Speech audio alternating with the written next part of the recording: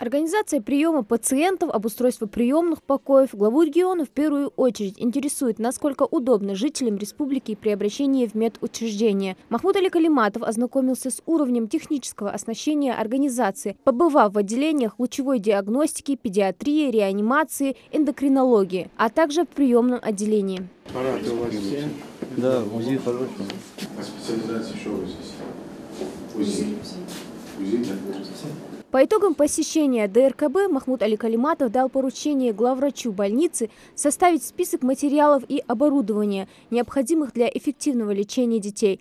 Далее глава посетил перинатальный центр. По информации главного врача Мадины Хутиевой, здесь сделали 2 изолированных входа для каждого отделения, чтобы снизить риски для здоровья новорожденных и роженец. Итоги обхода медучреждения глава Ингушетии подвел на совещании, которое он провел с участием руководства перинатального центра.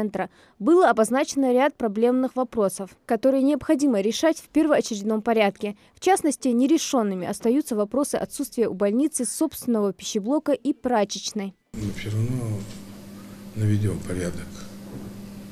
А просто так получилось, что там вот эти вот сироты, которые в доме жили, подключили. Ну ладно, эту проблему решили. Туда вложили более 40 миллионов, построили им там, потому что там вообще ужас был. 2 18-этажных дома, без ничего. Второе, у вас есть батареи здесь потекли. Берите и изложите, что можно вчера, что можно в 23-м, 24-м году. И посмотрите все эти вещи.